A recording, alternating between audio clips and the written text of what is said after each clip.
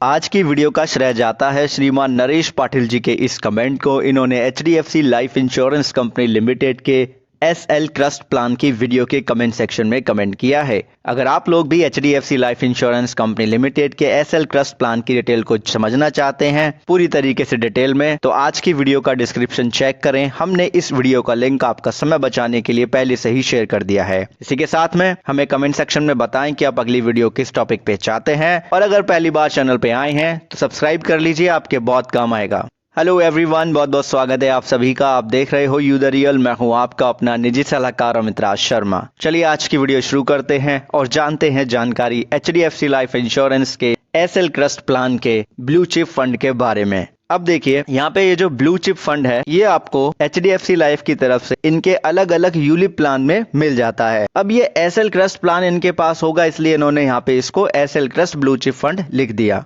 Okay, HDFC की तरफ से ब्लू चिप फंड 5 जनवरी 2010 को मार्केट में लाया गया और इस फंड के जो फंड मैनेजर हैं उनका नाम है श्रीमान निश्चित ढोलकिया जी।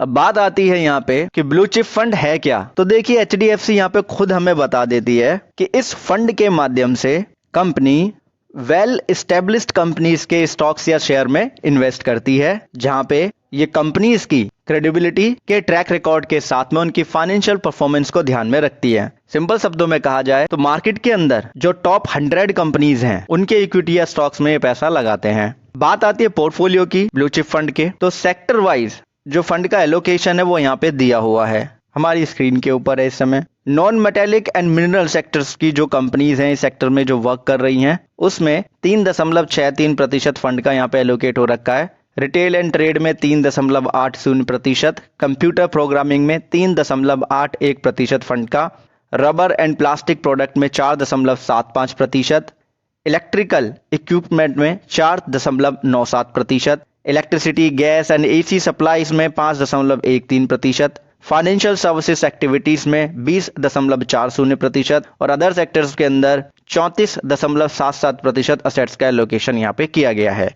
अब आप सोच रहे होंगे कि मैं जो बता रहा हूँ इसको आप कैसे वेरीफाई करेंगे, जो मैं बता रहा हूँ वो सही है या नहीं है। उसके लिए आपको क्या करना है वो मैं आपको आगे बताऊंगा, लेकिन उससे पहले मैं आपको बता देता हूँ इसके एनएवी के बारे में। 9 अप्रैल 2018 को जो ब्लू चिप फंड का एनएवी था वो 21 रुपए 26 पैसे कुछ है, राइट, जिसे आप 21.2655 कह सकते हैं। 2 मार्च 2023 तक जो इसका एनएवी आया वो 35 रुपए 28 पैसे 39 आया। ठीक, तो यहां से आपको पता लग रहा है कि किस तरीके से इसकी ग्रोथ हो रही है। बात करते हैं इस फंड के प्रोफाइल की, तो वो वेरी हाई रिस्क कैटेगरी का है। क्यों? क्योंकि 80% जो उसका इन्वेस्टमेंट होगा वो इक्विटी या स्टॉक्स में होगा, यानी कि इक्विटी डोमिनेंट फंड है, और 20% जाएगा आपका money market instrument and cash के अंदर। ठीक है, अब बात करते हैं ओवरऑल रिटर्न की, तो वीडियो को कर लेंगे फुल स्क्रीन में। पिछले एक महीने में -1.36% रहा है इसका रेट ऑफ रिटर्न, यानी कि माइनस में गया है, जो कि ये बड़ा ही नॉर्मल है, ऐसा हो जाता है इक्विटीज ओरिएंटेड फंड जो होते हैं उनके अंदर।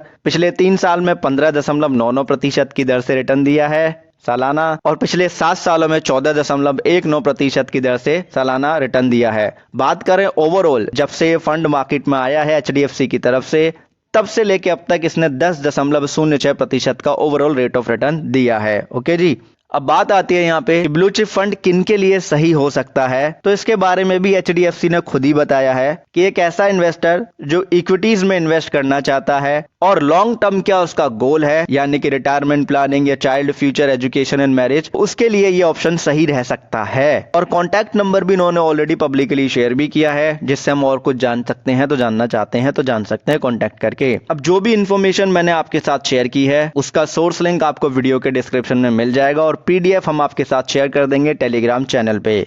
ठीक है जी, अब एक चीज का आप ध्यान रखिएगा कि इंश्योरेंस एक प्रोटेक्शन है, प्रोटेक्शन कभी अधूरी नहीं लेते हैं, और यूलिप प्लान में आप इन्वेस्ट करेंगे तो जोखिम आपका होगा, ये चीज आपको ध्यान रखनी होगी, और बिना पढ़े बिना समझे इन्वेस्ट मत कीजिएगा। Thank you so much. और ज्यादा इसमें कुछ बताने के लिए है नहीं, तो आपका